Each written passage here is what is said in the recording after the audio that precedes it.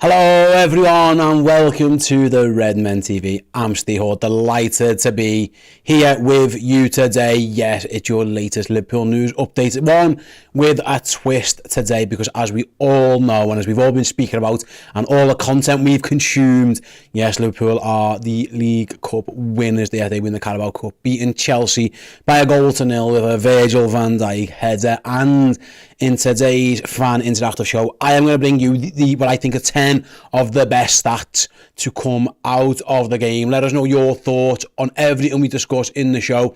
I'll be able to bring up your comments throughout, such as this one from Klopp's Cop, who says, up the Carabao Cup winning Reds. Absolutely indeed, yeah. Up these magnificent trophy winning, medal wearing, loads more to come Reds. Absolutely fantastic. Yeah, so yeah, spent the last hour or two just searching in, like we've all done. I've seen all the videos, I've read everything, I've watched everything from all the different outlets, whatever, you know. We've produced some amazing content from the guys down at Wembley. I've watched it all, I've listened to it all. In doing so, I was scouring social media and various websites, just trying to find some of the best things for the show. And yeah, I brought it up.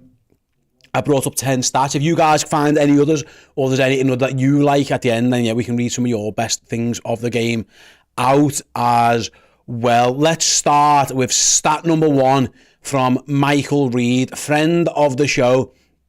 He goes through the Liverpool's team and the injury update, etc. was in Ryan Gravenberch, 21, Conor Bradley, 20, and Harvey Elliott, 20. Liverpool are starting 3 players aged under 21 in a major final for the very first time in the club's history. It was, yeah, and obviously the age, I guess we'll speak about later on, the average age when the subs were made. But yeah, Liverpool with Jurgen Klopp started their youngest average age of any team for a long time, I think it was. And like I say, three players under the age 21 or younger, first time we've ever done that in a major final.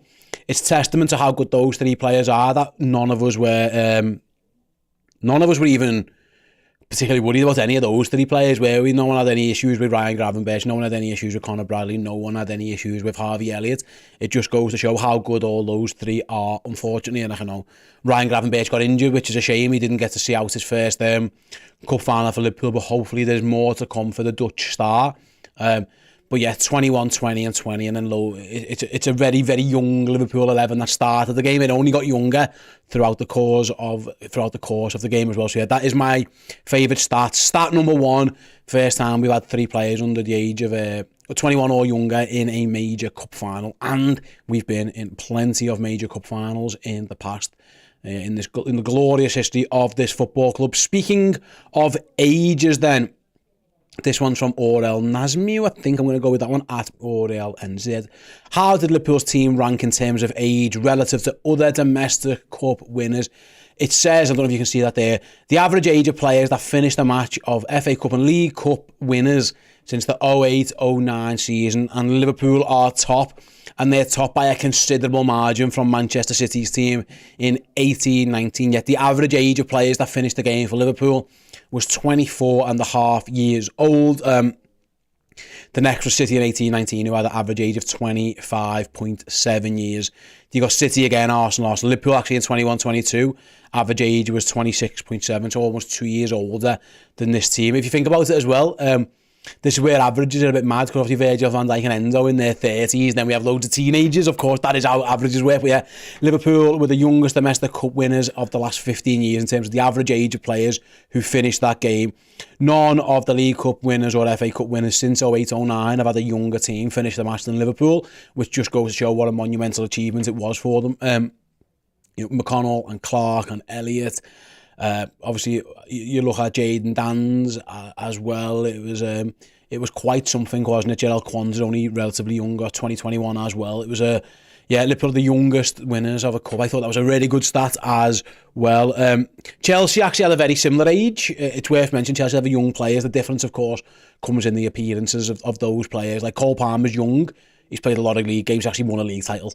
It wasn't his second game of football, like it was, for example, for Jadon Danns.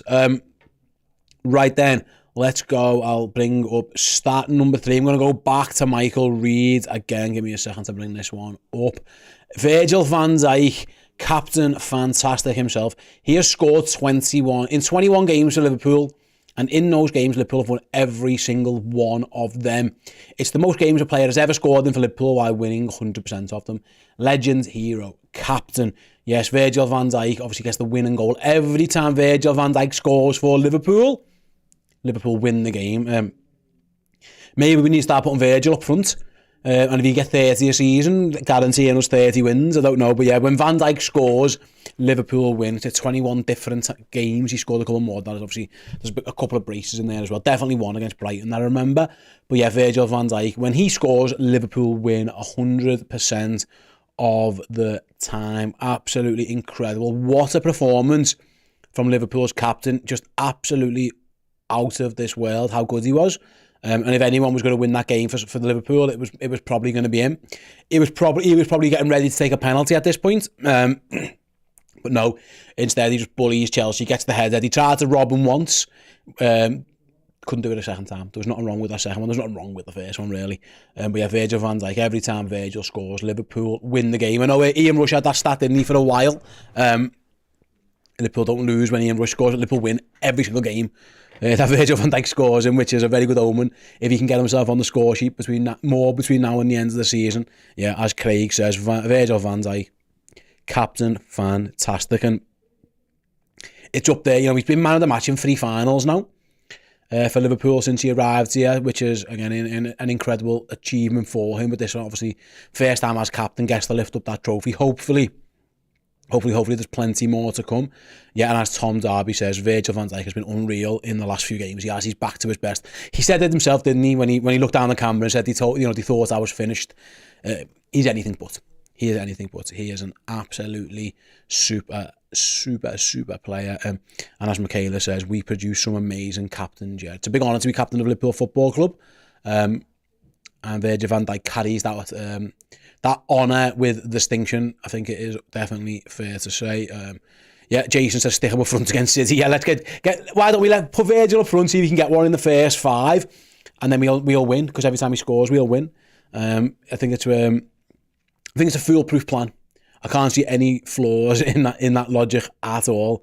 So yeah, we're off to a flyer there. I reckon they're 3 good stats so far. I hope you're enjoying them. The next one is in homage to the captain as well. This is from Opta Joe. 118, Liverpool's winner, scored by Virgil van Dijk in the 118th minute, was the latest winning goal scored in the League Cup final since Aston Villa's Brian Little back in 1977. He scored in the 119th minute against Everton. Of course it was Everton. Because why wouldn't it be Everton? So yeah, there you go. The latest winner of a League Cup final since back in 1977. Yeah, even I wasn't born then. I was 10 years before even I was born. Look how old I am. So that's how long time that Virgil van Dijk has broken that record for. Yeah, well done Brian Little for beating Everton as well back in the 70s. I'm sure people back then were having a right old laugh at the Blues. But yeah, what a late winner. I think we'd all resigned ourselves to going to penalties. I think Liverpool actually, if you'd offered Liverpool penalties at the end of full time, they'd have probably took it, given the relative difference in experience between the two sides at that point. Actually, Liverpool were the better team in extra time. They created, I think, the better opportunities, the better chances, and ultimately Virgil van Dijk steps up when it's most needed, rather. Just bullies the Sarsi, see you later to him, beats Mudryk to it. It's a wonderful header. And yet, there you go, the latest League Cup final winning goal since back in 1977. Absolutely fantastic. Let's move on then. I reckon I'm off to a good start with those first 5. Where am I up to with first 4 rather. Where am I up to with stat number 5? Again, I'm going to go back to Opta Joe. And credit and shout out to Kevin Kelleher. This is my time just to give Kev Kelleher his flowers. He very much deserves them. Kevin Kelleher hasn't conceded a goal in either of his 2 finals for Liverpool against Chelsea. He's faced 13 shots and a 3.9 XG elite. Yes, Liverpool, of course, we're all praising how good the captain was, and rightly so. He was captain fantastic. But Kev Kelleher's his save from Cole Palmer in the first half, the one-on-one save against Conor Gallagher. Like I say, the stats suggest that from all the shots Chelsea have had over those 2 League Cup finals, Liverpool should have conceded close to 4 goals, and they've conceded no goals, and that's because of how good Keith Kelleher has been in both of them. I actually think the 24 final is better than the 22 final for Kelleher. I think yesterday might have been his best game ever for Liverpool Football Club, and therefore by proxy it would suggest that it was his best game probably of his young career. Absolute fantastic performance. I think we'd all agree. Kelleher, has probably been a little bit up and down. We've seen a lot of him this season. Obviously, Alisson's had plenty of absences rather. Maybe we're seeing this is what happens when you give someone a lot of game time, because Kelleher has been good. I know we got a little bit of stick for the Luton goal in midweek. It was for me, it was a bit hard lines that, he makes the save and it just can't, where it bounces isn't amazing for him. But other than that, he's been fantastic. He's had some really strong showings, and yesterday for me was, I personally believe that was the best performance of his career so far. Tom says it was a performance even Alisson would have been proud of. Yeah, 100%, absolutely. Michaela Kelleher was immense as well. Yeah, he really was. This is his trophy to save it. He was absolutely outstanding saves in normal time, says Oysin McGlinchey. Yeah, absolutely, he was. He was outrageously good. The Cole Palmer, it's 2 different types of save as well, those big ones. So the Cole Palmer save is your reactionary save there, what you do your drills for in goalkeeping, up, back, across, big arm across, really great save. Reacts well to the fact that the ball falls to Cole Palmer, and then reacts well to obviously get a big hand to it. And then later on with Conor Gallagher, he goes out, he stays big, he makes Gallagher make a decision. And saves it. He was absolutely fantastic. So yeah, credit to Keith and Kelleher. We're going to see plenty more of him. Alisson's ruled out until at least March. We know that. So Kelleher's got a lot of games to play over the next few weeks. And if he stays in this form, it'll be absolutely fine. So yeah, absolutely brilliant display from the Liverpool goalkeeper there. Stat number 6, and I'll give me a second to find this one. This isn't on social media. This is via the analyst website.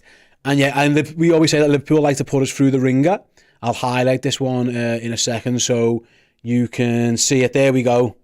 Liverpool have gone to extra time in each of their last 5 League Cup finals. 2005, 2012, 2016, 2022, and now 2024. Yes, it was obviously 05. And 016 didn't go Liverpool's way. They lost against Chelsea in 05 in extra time. They lost on penalties to Manchester City in 2016. But obviously 2012, they win on penalties against Cardiff. They beat Chelsea, of course, on penalties in 2022. And then obviously in 2024, they beat Chelsea again. So yeah, basically, and it's probably no for everyone. I'm going to shout to all the guys in the gallery, in the Redmen gallery. Next time Liverpool play in a League Cup final, let's be prepared for extra time, because history suggests that every time we get to those League Cup finals, we are going to extra time.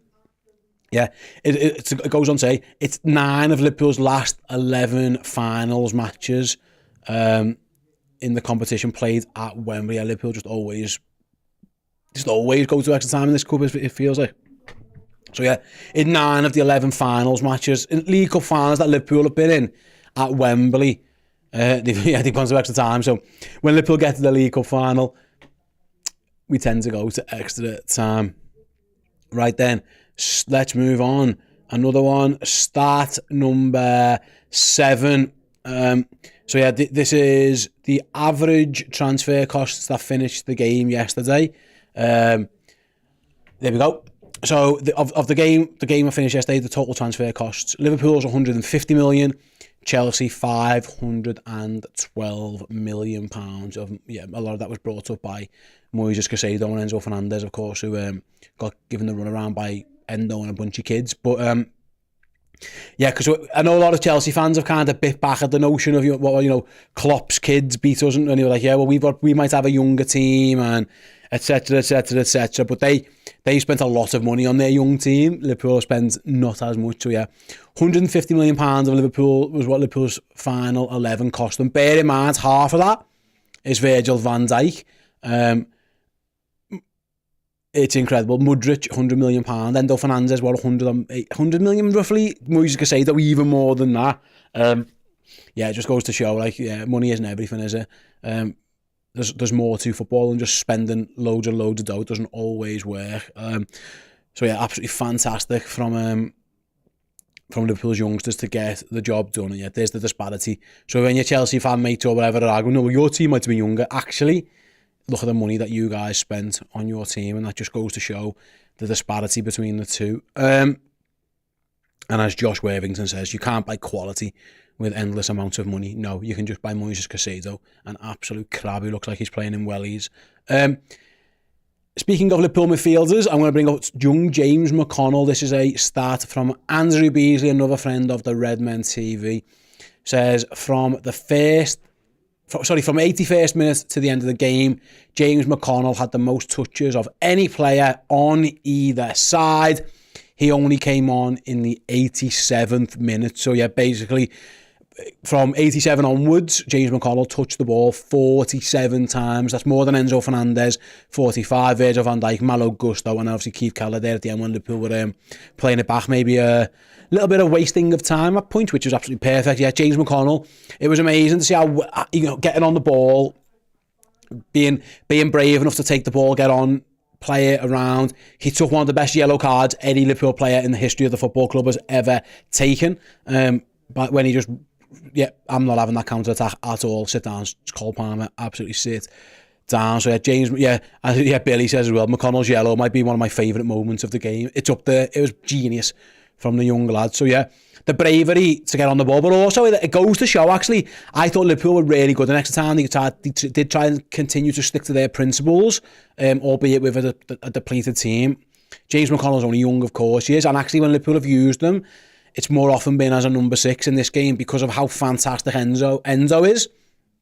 And obviously the engine of Enzo, and this is a shout out to Endo as well, who thought was magnificent. He stayed at number 6, and rightly so. And James McConnell kind of shifted over to that left-hand side of the midfield role. And he was unbelievable. He really was. So yeah, what a moment for James McConnell. What a moment for the family as well. And yeah, bravery to get on the ball in a cup final. It's easy to hide. It's easy to kind of shy away and just don't want it. But the fact that he went and got the ball, and more often than not, made the right decision when he had it, it was absolutely fantastic. And credit to him, and credit to Liverpool's academy for that one. He was brilliant when he come on. And as Andrew says, he's on for 6 less minutes than most of these people, at least, and he's touched the ball more than all of them, including a World Cup winner who's also playing in midfield. Absolutely fantastic. Going to take a quick break in my stats to bring this stat up from Beams. It's the first time ever that a goal has been ruled out for an instant like that. It's classed as an offside goal. It's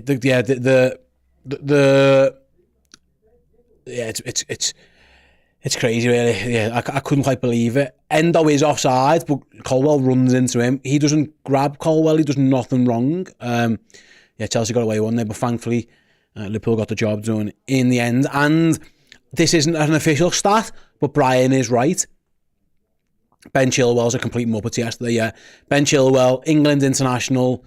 Won trophies, won the major honours, of course, at Chelsea. He's won big honours at Chelsea. Arguing with children like a loser, like an idiot. Unlucky Ben. See you later, mate. You cry. All the best. Go and argue with more kids. Go and shout outside the school or something. At least those kids won't have medals on. Because the ones you argued with did, and you today don't, my young friend. Right then, back to the stats. These are official stats now. Again, back to our friends over at Opta. And it's just a rare, what's the word? Oh, my sheet's just sunk. There we go. Let me get myself back up there. There we go. Opta analyst. Again, it's never nice to laugh at people unless those people are Chelsea Football Club, and in which case it is brilliant to laugh at Chelsea Football Club, because I don't like Chelsea Football Club. I don't like anything they stand for at all. So, Opta analyst, and this chair again, I'm on my way down. Maybe it's me. Maybe I've had too much in my lunch break. Blooming hell, I'll have to keep on. Sinking. I've got that sinking feeling, just like Chelsea. Chelsea, the first team to lose 6 major English domestic cup finals in a row. Yes, it's never been done before. Chelsea have been to FA Cup and League Cup finals 6 times and they haven't come out victorious once.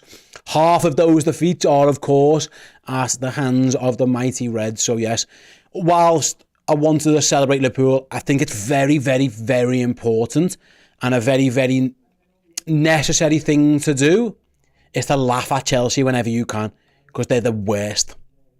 So thank goodness that we can do that at this time. So yes, let's all in the chat just take a quick moment to get our thoughts together, get our heads straight and laugh at Chelsea Football Club and everything that they are and everything that they stand for, because that's really important at times like this, that we don't forget to do that.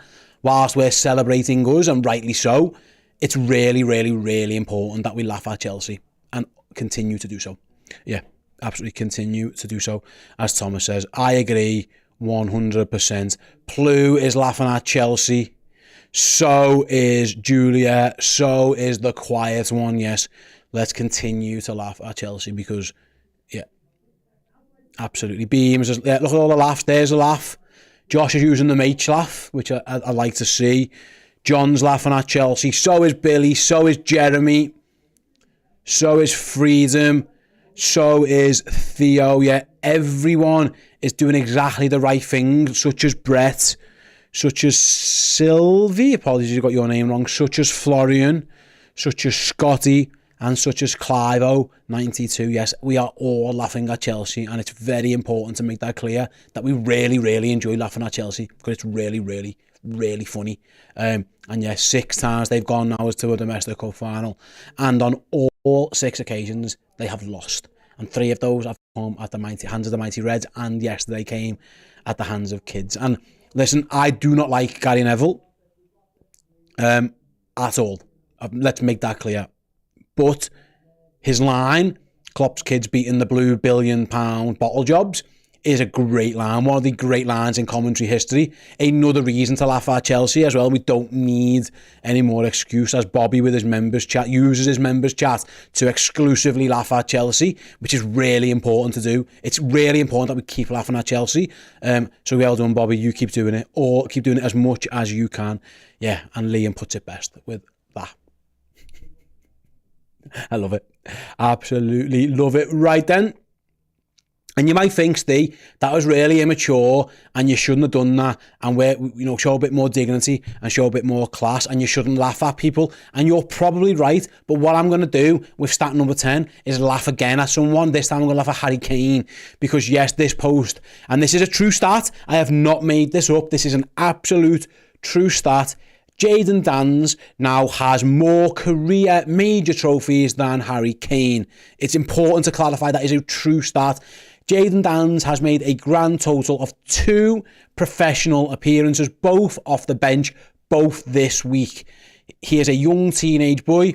He now has more major honours than England's captain, serial loser, Harry Kane. Now, Harry Kane's a great player, a great goal scorer, an unbelievable goal scorer, but what all them goals have led to so far is 0 trophies and 0 medals, and he's currently taken that Harry Kane losing ability to score loads of goals and win nothing. He's somehow taken that to Bayern Munich, who are at the moment on course to lose loads and loads of games and not win anything. So yes, congratulations to Jayden Danns on your medal. You played a key part in that extra time. Absolutely fantastic. And yeah, well done. The first of many honours, hopefully, for young Jayden at Liverpool. Always great to see a nice young Scouse kid doing the business. Yeah, as Ellie says, Danns after 37 minutes has more trophies than Harry Kane. It's amazing and hilarious. Yeah. Phil says, to be fair, Harry has plenty of runners-up medals. He has a few. Not that many, actually. He hasn't actually got to too many finals. We all remember one he got to, of course. But yeah, congratulations to Liverpool's youngsters. Congratulations to Liverpool, the manager, for doing just unbelievable work. Like getting a tune out of these lads, having them ready to go. Danns comes on, he knows his job, he knows exactly what he's meant to do. McConnell, Clark, Bradley starts at right back, gets moved to right wing, knows what he's doing. Harvey Elliott starts right wing, goes to midfield, he knows what he's doing. Liverpool are so well coached, and that, credit to the academy for getting them all ready. Alex Inglethorpe and the whole team and the academy coaching staff.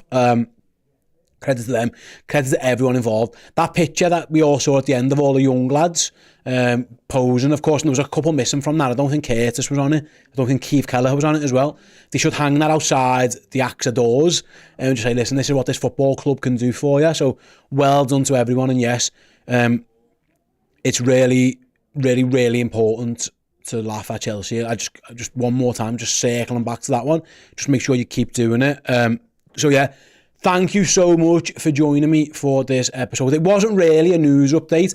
I hope you agree that those were 10 fantastic stats. If you're watching this after the fact, do let us know in the comment section below your favourite stats from the game. And hopefully, if nothing else, if you just want to laugh at Chelsea, please continue to do so as well. Right, thank you so much for joining us. And yeah, keep an eye out on the channel because Paul and the gang will be back in just over an hour's time with the Redmen Originals podcast, where I'm sure they too will laugh at Chelsea. See you in a bit.